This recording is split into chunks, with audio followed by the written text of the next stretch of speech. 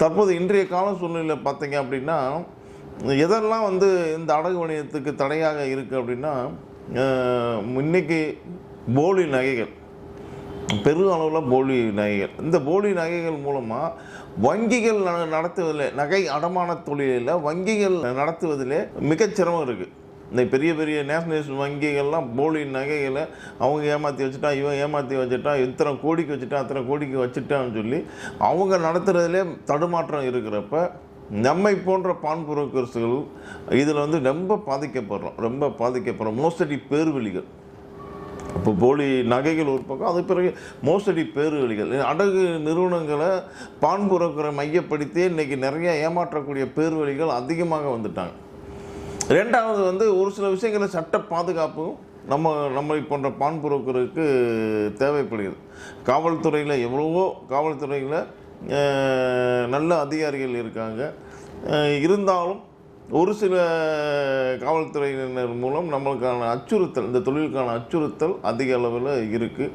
இது அத்தனையும் இருந்து ஒரு பாதுகாப்பை நம்முடைய ஒவ்வொரு பான் புரோக்கருக்கும் கொண்டு வந்து அடுத்த ஜெனரேஷனுக்கு கொண்டு வரணும். என்னை பொறுத்த வரைக்கும் பார்த்திங்க அப்படின்னா 60 வருஷம் 70 வருஷம் அவன் தாத்தா பாட்டி எல்லாமே இந்த தொழிலை செஞ்சுருந்தவன்.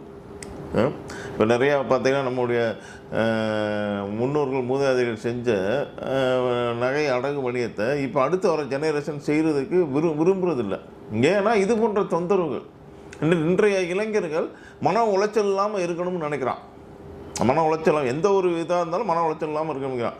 ஆனால் வந்து இந்த தொழிலில் உள்ள மன உளைச்சல் இருக்க நம்மளுக்கு தேவையானட்டு போகிறோம். ஆனால் அந்த மன உளைச்சலெல்லாம் நீக்கி ஒரு நல்ல ஒரு பாதுகாப்புடன் தொழிலை வளர்ச்சி அடைய பாதைக்கு நாம் கொண்டு செல்ல வேண்டும் என்ற எண்ணத்தின் அடிப்படையில் நம்முடைய தமிழ்நாடு பான் புரோக்கர் அசோசியேஷன் செயல்பட்டு வருகிறது.